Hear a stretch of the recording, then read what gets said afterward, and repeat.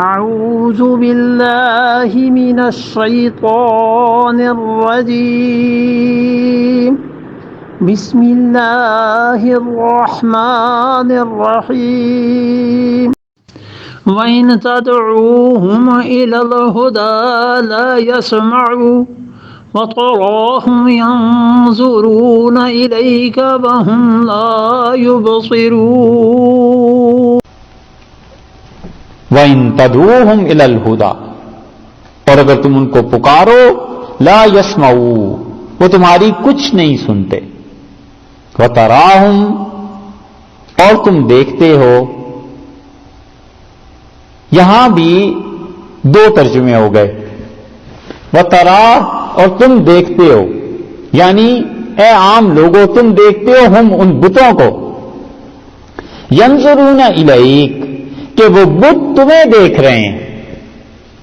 کمال سے بت بناتے تھے، اس کی آنکھیں ایسے لگاتے تھے کہ جو آدمی جدھر سے جائے اس بت پر نظر پڑے تو پتا چلے وہ مجھے ہی دیکھ رہا۔ اب بھی ہوتی ہے نا کیمرے میں ایسے بعض تصویریں ایسی کھینچتے ہیں کہ آدمی کو پتا چلتا ہے یہ تصویر مجھے ہی دیکھ رہی ہے۔ مصر میں جو اہرام اور جو پرانی چیزیں ہیں ان میں ایسے ایسے اہرام تھے کہ وہ بادشاہ کی سالگرہ کا جب دن آتا تھا تو سورج جب طلوع ہوتا تھا سب سے پہلے شعائیں اس کی بادشاہ کے بت کے چہرے پر پڑتی تھی۔ وَتَرَاهُمْ يَنظُرُونَ إِلَيْكَ، اور اے مخاطب، اے مشرک، شرک کرنے والے، تم دیکھتے ہو کہ وہ دیکھ رہے ہیں تمہیں، وَهُمْ لَا يُبْصِرُونَ، اور وہ نہیں دیکھتے۔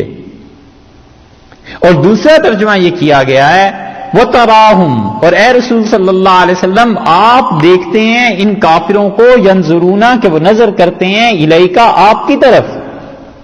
یہ کافر آپ کو دیکھتے ہیں، آپ کو تعجب ہوتا ہے کہ یہ مجھے دیکھتے ہیں، چلتے پھرتے اٹھتے بیٹھتے، خدا کا پیغام، دین کی دعوت، ان معجزات کیوں نہیں مانتے آخر؟ یہ مجھے دیکھتے رہتے ہیں، وَهُمْ لَا يُبْصِرُونَ، اور اللہ نے فرمایا وَهُمْ لَا يُبْصِرُونَ، اور کچھ نہیں دیکھتے۔ نظر اور بصارت میں فرق ہے۔ بصارت جو حقیقتاً دل کی نظر ہے، اللہ نے کہا ہے کچھ نہیں دیکھتے، بظاہر ایسے لگتا ہے جسے دیکھتے ہیں۔ رسول اللہ صلی اللہ علیہ وسلم کو اور بات سمجھ میں ان کی کیوں نہیں آتی تھی؟ اس لیے کہ پہلی اینٹ ٹیڑھی رکھتی تھی۔ تہیہ کر لیا کہ رسول اللہ صلی اللہ علیہ وسلم جو کچھ بتائیں گے ہمیں اعتراض ضرور کرنا ہے۔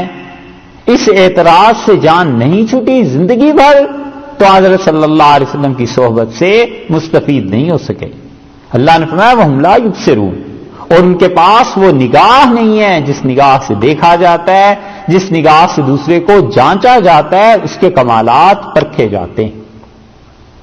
یہ جتنا قصہ ہے مشرکین مکہ کا، آدمی اس سے کچھ نہ سیکھے تو اتنا سیکھ لے کہ اشیاء کو، چیزوں کو جو اللہ کی طرف سے آتی ہیں انہیں بالکل بے غبار اور صاف نگاہ سے دیکھے کہ اب تعالی شانہ کی رحمت اور اس کی مدد، اس کی وحی، اس کا کلام کہاں پر نازل ہو رہا ہے، یہ وہ چیز نہیں سمجھتے تھے۔ اس لیے اللہ تعالی نے فرمایا رسول اللہ صلی اللہ علیہ وسلم سے کہ آپ تعجب نہ کریں، یہ دیکھتے ہیں بظاہر لیکن حقیقت تک نہیں پہنچتے، ان کی سمجھ انہیں جانے نہیں دیتی۔ وہ اعتراض کا مادہ جو ان کے دلوں میں بیٹھ گیا ہے کہ ہر چیز پر اعتراض، ہر چیز پر اعتراض، اس وجہ سے آپ سے فائدہ نہیں اٹھا سکتے۔ باقی کل اچھا بھائی